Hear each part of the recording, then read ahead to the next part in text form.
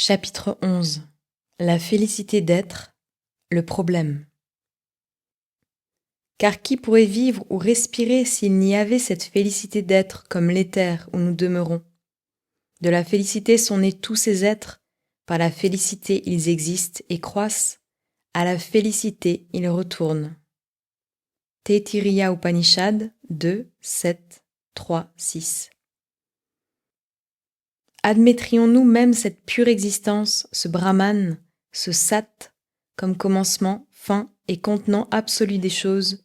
Admettrions-nous en Brahman une conscience de soi qui lui soit inhérente, inséparable de son être, en se projetant en une forme de mouvement de conscience, créatrice de force, de forme et de monde, que nous n'aurions pas encore de réponse à la question: pourquoi ce Brahman, parfait, absolu, infini, n'ayant besoin de rien, ne désirant rien, projetterait-il une force de conscience pour créer en soi ces mondes de formes? Car nous avons écarté la solution selon laquelle il est contraint de créer par sa propre nature de force, obligé d'entrer en des formes par sa propre potentialité de mouvement et de formation. Il est vrai qu'il a cette potentialité, mais il n'est pas limité, lié ou obligé par elle. Il est libre.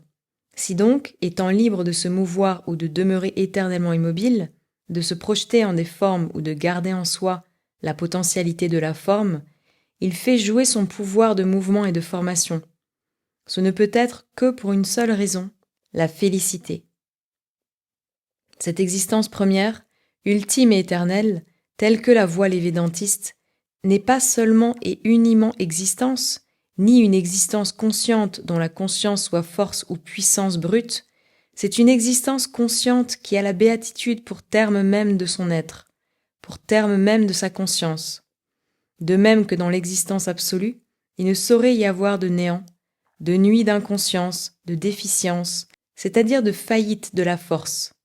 Car, s'il y avait en elle l'une de ces choses, l'existence ne serait pas absolue. De même, il ne peut y avoir de souffrance, de négation de la félicité. L'absolu d'existence consciente et béatitude illimitable d'existence consciente. Ce ne sont là que deux expressions différentes pour désigner la même chose. Tout caractère d'illimitabilité, d'infinitude, d'absolu et pure félicité. Même notre humanité relative sait par expérience que tout mécontentement correspond à une limite, à un obstacle, et que toute satisfaction vient de la réalisation d'une chose jusqu'alors non accordée, du franchissement de la limite, de la victoire sur l'obstacle. Et cela parce que notre être originel est l'absolu en pleine possession de sa conscience de soi, de sa puissance sur soi infinie et illimitable, une possession de soi dont l'autre nom est félicité de soi. Et dans la mesure où le relatif en vient à cette possession de soi, il s'approche de la satisfaction, il touche la félicité. Et pourtant la félicité de soi de Brahman ne se restreint pas à la possession calme et sans mouvement de son être en soi absolu. Tout comme sa force de conscience est capable de se projeter en des formes, infiniment et avec des variations sans fin, de même sa félicité de soi est capable de mouvement, de variation, capable de jouir de ce flot infini et cette mutabilité de soi que représente un fourmillement d'univers innombrables. Libérer ce mouvement et cette variété infinie de sa félicité de soi et en jouir, tel est l'objet de son jeu de force, en extension ou en création. En d'autres termes, ce qui s'est projeté en forme est une trinité existence conscience béatitude, Satchidananda, dont la conscience en est sa nature une force créatrice ou plutôt une force s'exprimant soi-même, capable de variation infinie dans le phénomène et la forme de son être conscient de soi, en jouissant sans fin de la félicité de cette variation. Il s'ensuit que toutes les choses qui existent sont ce qu'elles sont en tant que terme de cette existence, terme de cette force consciente, terme de cette félicité d'être. Tout comme nous découvrons que toutes choses sont des formes muables d'un être unique immuable, des résultats finis d'une force unique infinie, de même nous découvrirons que toutes choses sont l'expression de soi variable, d'une unique félicité d'existence en soi, qui est invariable et embrasse tout. En toute chose qui est, la force consciente demeure et cette chose existe, et est ce qu'elle est par la vertu de cette force consciente. De même, en toute chose qui est la félicité d'être, et cette chose existe, et est ce qu'elle est par la vertu de cette félicité. Cette ancienne théorie védantique de l'origine du cosmos se heurte immédiatement dans l'esprit humain à deux contradictions puissantes que lui oppose la conscience émotive et sensorielle de la douleur et le problème éthique du mal. Car si le monde est une expression de Satchidananda, non seulement de l'existence qui est force consciente, car cela s'admettrait facilement, mais de l'existence qui est aussi infinie félicité de soi, comment rendre compte de la présence universelle du chagrin, de la souffrance, de la douleur? Car ce monde-ci nous semble plutôt un monde de souffrance qu'un monde de félicité d'être. Le voir ainsi est sans nul doute une exagération, une erreur de perspective. Si nous l'envisageons sans passion, avec pour seul but de nous en faire une idée exacte et non entachée d'émotions, nous découvrirons que dans l'existence, la somme du plaisir dépasse de beaucoup la somme de douleur. Nonobstant les apparences et les cas particuliers qui indiqueraient le contraire, et que le plaisir d'existence est l'état normal de la nature, la douleur une occurrence contraire qui temporairement suspend ou recouvre cet état normal. Mais, pour cette raison même, une petite somme de douleur nous affecte plus intensément et souvent nous frappe davantage qu'une grande somme de plaisir. C'est précisément parce que cette dernière est l'état normal que nous ne la prisons pas, que c'est à peine si nous y prenons garde, à moins qu'elle ne s'intensifie et ne prenne une forme plus vive, ne devienne vague de bonheur, sommet de joie ou extase. Ce sont là les seules formes que nous appelons joie et que nous recherchons, tandis que la satisfaction normale de l'existence, qui est toujours là, indépendamment de tout événement, de toute cause et de tout objet particulier, nous paraît quelque chose de neutre, qui n'est ni plaisir ni douleur. Cette satisfaction est présente, grand fait tangible, car sans elle il n'y aurait pas cet universel et irrésistible instinct de conservation. Mais ce n'est pas elle que nous recherchons. Et par conséquent, nous ne la faisons pas figurer dans notre bilan d'émotions et de sensations. Dans ce bilan, nous inscrivons seulement, d'un côté des plaisirs positifs, de l'autre le malaise et la douleur. La douleur nous affecte plus intensément parce qu'elle est pour notre être une chose anormale, contraire à nos tendances naturelles, parce que nous la ressentons comme une atteinte à notre existence, comme une offense et une attaque dirigée de l'extérieur contre ce que nous sommes et cherchons à être. Néanmoins, le caractère anormal de la douleur et sa somme plus ou moins grande n'affectent pas le problème philosophique. Qu'elle soit plus grande ou moins grande, ce qui constitue tout le problème, c'est sa seule présence. Tout étant Satchidananda, comment la douleur et la souffrance peuvent-elles même exister? Telle est la véritable question, que souvent rendent plus confuse encore un problème mal posé, découlant de l'idée d'un Dieu personnel extracosmique, et un problème partiel, la difficulté éthique. Satchidananda, peut-on argumenter, est Dieu, et un être conscient qui est l'auteur de l'existence. Comment donc Dieu peut-il avoir créé un monde où il inflige la souffrance à ses créatures, sanctionne la douleur, permet le mal? Dieu étant toute bonté, qui donc a créé la douleur et le mal? En disant que la douleur est une épreuve, une ordalie, nous ne résolvons pas le problème moral. Nous aboutissons à un Dieu immoral ou non moral, peut-être excellent ingénieur du cosmos, astucieux psychologue, mais non pas un Dieu de bien et d'amour que nous puissions adorer, seulement un Dieu de puissance à la loi de qui nous devons nous soumettre ou dont nous pouvons espérer obtenir la capricieuse faveur. Car celui qui invente la torture comme moyen d'épreuve ou d'ordalie se rend coupable soit de cruauté délibérée, soit d'insensibilité morale, et si même il est un être moral, il reste en deçà de l'instinct le plus haut de ses propres créatures.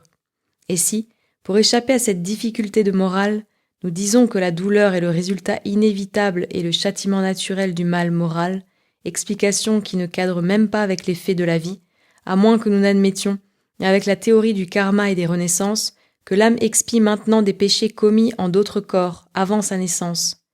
Nous n'évitons pas encore ce qui est à la base même du problème éthique. Qui donc a créé? Pourquoi?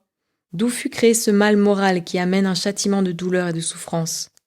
Et puisque ce mal moral est en réalité une forme de maladie mentale ou d'ignorance, quel a été le créateur de cette loi, de cette inévitable relation qui punit une maladie mentale ou un acte d'ignorance d'un contre-coup si terrible, de torture souvent si excessive et monstrueuse? La loi inexorable du karma est inconciliable avec une divinité suprême qui soit morale et qui soit personnelle. Et c'est pourquoi la claire logique de Bouddha a nié l'existence d'un Dieu personnel libre gouvernant tout. Il a proclamé que toute personnalité est une création de l'ignorance et est assujettie au karma. En vérité, la difficulté ainsi nettement dégagée ne surgit que si nous présumons l'existence d'un Dieu personnel extracosmique, qui n'est pas lui-même l'univers, qui a créé le bien et le mal, la douleur et la souffrance pour ses créatures, mais qui lui-même se tient au-dessus, sans en être affecté, qui surveille, règne, exerce sa volonté sur un monde se débattant dans la souffrance, ou, s'il n'exerce pas sa volonté, s'il permet au monde de subir une loi inexorable, en ne lui fournissant qu'une aide inefficace ou nulle, un Dieu alors qui n'est pas Dieu, qui n'est pas tout-puissant, qui n'est pas toute bonté et tout amour. Nulle théorie d'un Dieu moral extracosmique ne peut expliquer le mal et la souffrance, la création du mal et de la souffrance, sauf par un subterfuge peu satisfaisant qui esquive la question au lieu d'y répondre, ou par un manichéisme déclaré ou implicite qui pratiquement annule le divin en essayant de justifier ses voies ou d'excuser ses œuvres. Mais un tel Dieu n'est pas le Satchidananda du Vedanta. Le Satchidananda védantique est existence unique, sans second. Tout ce qui est lui. Si donc existe le mal et la souffrance, c'est lui qui supporte le mal et la souffrance dans la créature en laquelle il est incarné. Le problème est alors entièrement autre. La question n'est plus de savoir comment Dieu en vint à créer pour ses créatures un mal, une souffrance dont lui-même est incapable et par conséquent exempte, mais comment l'existence conscience béatitude unique et infinie en vint à admettre en elle ce qui n'est pas béatitude, ce qui semble en être positivement la négation. La moitié de la difficulté de morale disparaît, la difficulté sous la seule forme qui ne puisse trouver de réponse. Elle ne se présente plus, elle ne peut plus être formulée. La cruauté à l'égard des autres, alors que j'en demeure exempte ou même que je participe à leur souffrance par un remords ultérieur ou une pitié tardive, est une chose. La souffrance à moi-même infligée, alors que je suis l'existence unique, est tout autre chose. Encore peut-on ramener la difficulté éthique sous une forme modifiée, la toute félicité étant nécessairement toute bonté et tout amour. Comment le mal et la souffrance peuvent-ils exister en Satchidananda ? Puisqu'il n'est point existence mécanique, mais être libre et conscient, libre de condamner et de rejeter le mal et la souffrance. Il nous faut reconnaître que le problème ainsi défini est également mal posé parce qu'il applique les termes d'une affirmation partielle, comme s'il pouvait s'appliquer à l'ensemble. Car les notions de bien et d'amour que nous introduisons ainsi dans le concept de la toute-félicité naissent d'une conception dualiste et divisée des choses. Elles reposent entièrement sur les rapports de créature à créature, et nous persistons pourtant à les appliquer à un problème qui, tout au contraire, part de l'hypothèse de l'un qui est tout. Il nous faut voir d'abord comment apparaît le problème et comment il peut être résolu en sa pureté originelle, sur la base de l'unité dans la différence. C'est alors seulement que nous pourrons en aborder sans risque les parties et les développements, tels que les rapports de créature à créature, sur la base de la division et de la dualité. Il nous faut bien reconnaître, si nous envisageons ainsi l'ensemble, sans nous en tenir à la difficulté humaine et au point de vue humain, que nous ne vivons pas dans un monde éthique. Quand la pensée humaine tente d'introduire de force une signification éthique dans la totalité de la nature, c'est un de ces actes par lequel elle se plonge volontairement et obstinément dans la confusion. Une de ces tentatives pathétiques que fait l'être humain pour se retrouver soi-même, pour retrouver son moi humain habituel et limité, en toute chose et pour tout juger d'après la conception qu'il a lui-même élaborée, ce qui l'empêche de la façon la plus efficace de parvenir à une connaissance véritable et à une vision complète. La nature matérielle n'est pas éthique. La loi qui la gouverne est une coordination d'habitudes établies qui ne reconnaissent ni le bien ni le mal, mais seulement la force qui crée, la force qui bouleverse et détruit impartialement, non éthiquement, selon la secrète volonté qui est en elle, selon la satisfaction muette que cette volonté trouve en ses propres formations et dissolutions d'elle-même. La nature vitale et animale est aussi non éthique, bien qu'elle fasse apparaître, à mesure qu'elle progresse, la matière brute dont l'animal supérieur dégage l'impulsion éthique. Nous ne blâmons pas le tigre parce qu'il égorge et dévore sa proie, pas plus que nous blâmons l'orage parce qu'il détruit, ou le feu parce qu'il tue et torture. Et la force consciente dans l'orage, le feu ou le tigre ne se blâme pas non plus ni ne se condamne. Blâme et condamnation, ou plutôt blâme de soi et condamnation de soi, sont le commencement de la véritable éthique. Quand nous blâmons autrui sans nous appliquer les mêmes critères, nous n'exprimons pas un jugement véritablement éthique, Nous ne faisons qu'appliquer les termes que nous fournit l'éthique à une impulsion émotive de recul ou d'aversion devant ce qui nous déplaît ou nous blesse. Ce recul ou aversion est l'origine première de l'éthique, mais ce n'est pas éthique en soi. La peur que le daim a du tigre, la fureur du fort contre son agresseur, sont un recul vital de la joie d'être individuel devant ce qui la menace. À mesure que se développe la mentalité, elle s'affine et devient répugnante, aversion, désapprobation. La désapprobation de ce qui menace et blesse, l'approbation de ce qui flatte et satisfait, deviennent en s'affinant la conception du bien et du mal envers nous-mêmes, envers la communauté, envers d'autres que nous, envers d'autres communautés que la nôtre, et finalement l'approbation générale du bien, la désapprobation générale du mal. Mais tout au long, la chose conserve sa même nature fondamentale. L'homme désire s'exprimer, se développer. Il désire, en d'autres termes, le jeu croissant en lui de la force consciente d'existence. Telle est sa joie fondamentale. Tout ce qui heurte cette expression de soi, ce développement de soi, la satisfaction de son être en progrès, est pour lui le mal. Tout ce qui en cela aide, confirme, élève, accroît, ennoblit, est pour lui le bien. Seulement, sa conception de ce développement de soi change, devient plus haute et plus vaste, commence à dépasser sa personnalité limitée, à englober autrui, à tout embrasser dans son champ d'action. En d'autres termes, l'éthique est une phase de l'évolution. Ce qui est commun à toutes les phases, c'est l'élan de Satchidananda vers l'expression de soi. Cet élan est d'abord non éthique, puis infra-éthique chez l'animal, puis anti-éthique même chez l'animal intelligent, car il nous permet d'approuver le mal fait à autrui alors que nous le désapprouvons quand il nous est fait à nous-mêmes. À cet égard, l'homme maintenant encore n'est qu'à demi-éthique. Et de même que tout ce qui est au-dessous de nous est infra-éthique, de même il peut y avoir au-dessus de nous quelque chose à quoi nous arriverons finalement, qui est supra-éthique, et qui n'a nul besoin d'éthique. L'élan et l'attitude éthique, d'une importance si capitale pour l'humanité, sont un moyen par quoi celle-ci s'efforce de se dégager de l'harmonie et de l'universalité inférieure basée sur l'inconscience et fragmentée par la vie en discords individuels, pour aller vers une harmonie et une universalité supérieure basée sur une conscience unité avec toutes les existences. Quand nous arriverons à ce but, ce moyen ne sera plus nécessaire, ni même possible, puisque les qualités et les oppositions dont il dépend se dissoudront naturellement et disparaîtront dans la réconciliation finale. Si donc la considération éthique s'applique seulement à un passage temporaire, quoique de toute importance, d'une universalité à une autre, on ne peut l'appliquer à la solution totale du problème de l'univers. On peut seulement l'admettre comme l'un des éléments de cette solution. Agir autrement, c'est courir le risque de falsifier tous les faits de l'univers, tout le sens de l'évolution avant nous et au-delà de nous, pour les faire s'accorder avec une conception temporaire des choses et une notion de leur utilité qui n'est encore qu'à demi dégagée. Le monde comporte 3 couches, l'infra-éthique, l'éthique et la supra-éthique. Il nous faut trouver ce qui est commun à toutes, c'est ainsi seulement que nous pourrons résoudre le problème.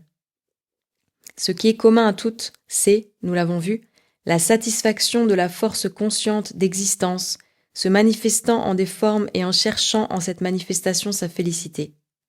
C'est de cette satisfaction ou félicité d'existence qu'évidemment elle a commencé, car c'est ce qui lui est normal, ce à quoi elle s'accroche, qu'elle a pris pour base, mais elle cherche de nouvelles formes de soi, et dans le passage aux formes supérieures intervient le phénomène de douleur et souffrance qui semble contredire la nature fondamentale de son être.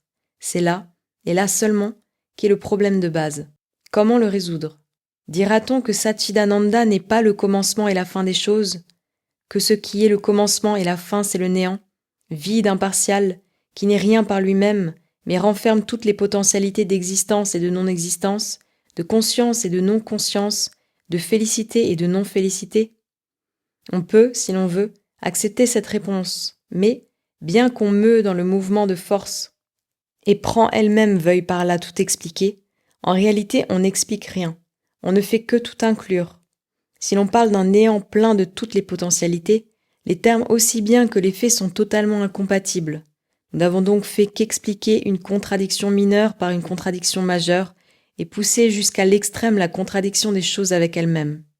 Le néant et le vide, où il ne peut y avoir de potentialité, un indéterminé impartial de toutes les potentialités et le chaos, et tout ce que nous avons fait, c'est de mettre le chaos dans le vide sans expliquer comment il y est entré. Retournons donc à notre conception première de Satchidananda et voyons si, sur cette base, une solution plus complète n'est pas possible. Et d'abord, sachons clairement que si, lorsque nous parlons de conscience universelle, nous entendons quelque chose de différent de la conscience mentale de veille de l'être humain, plus essentielle et plus vaste, de même, quand nous parlons de la félicité d'être universel, nous entendons quelque chose d'autre, de plus essentiel et de plus vaste que le plaisir ordinaire, en émotion et en sensation, de la créature humaine individuelle. Plaisir, joie et félicité, au sens humain ordinaire, sont des mouvements limités et occasionnels qui dépendent de certaines causes habituelles et qui, comme leur opposé douleur et chagrin, également mouvements limités et occasionnels, émergent d'un arrière-plan autre qu'eux-mêmes. La félicité d'être est universelle, illimitable et existe en soi, ne dépend point de causes particulières, arrière-plan de tous les arrière-plans, d'où émergent le plaisir, la douleur et d'autres expériences plus neutres. Quand la félicité d'être cherche à se réaliser comme félicité de devenir, différentes formes de mouvements dont le plaisir et la douleur sont des courants positifs et négatifs. Subconsciente dans la matière, supraconsciente au-delà du mental, cette joie cherche dans le mental et la vie à se réaliser en émergeant dans le devenir, dans la conscience croissante que le mouvement a de lui-même. Ces premiers phénomènes sont duels et impurs, oscillant entre les pôles du plaisir et de la douleur, mais elle tend vers sa propre révélation dans la pureté d'une suprême félicité d'être qui est existante en soi et indépendante de tout objet et de toute cause. Tout comme Satchidananda tend vers la réalisation dans la forme du corps et du mental de la conscience dépassant la forme, de même dans le flot d'expériences et d'objets particuliers, il tend vers la réalisation de la félicité universelle existant en soi et sans objet. Ce sont ces objets que nous recherchons maintenant en tant que stimulants qui provoquent plaisir et satisfaction éphémères, libres, possédant le moi. Nous ne les rechercherons pas, mais nous les posséderons en tant que réfléchissant plutôt que provoquant une félicité qui éternellement existe. Dans l'être humain égoïste, qui est la personne mentale émergeant de la sombre coque de la matière, la félicité d'être est neutre, semi-latente, encore dans l'ombre du subconscient, à peine plus qu'un sol fertile caché que le désir a recouvert d'une végétation luxuriante d'herbes vénéneuses et de fleurs à peine moins vénéneuses, les douleurs et plaisirs de notre existence égoïste. Quand la divine force consciente qui œuvre secrètement en nous aura dévoré ces végétations de désir, quand le feu de Dieu, selon l'image du Rig Veda, aura consumé les pousses de la terre, ce qui est caché à la racine de ces douleurs et de ces joies, leur cause et leur secret, alors la sève de joie en elle émergera en des formes nouvelles, non de désir, mais de satisfaction existant en soi, qui remplaceront le plaisir mortel par l'extase de l'immortel. Et cette transformation est possible parce que ces végétations de sensations et d'émotions, les douleurs non moins que les joies, sont, en leur essence, cette félicité d'existence qu'elles cherchent à révéler sans y parvenir, échouant par suite de division, d'ignorance du moi et d'égoïsme.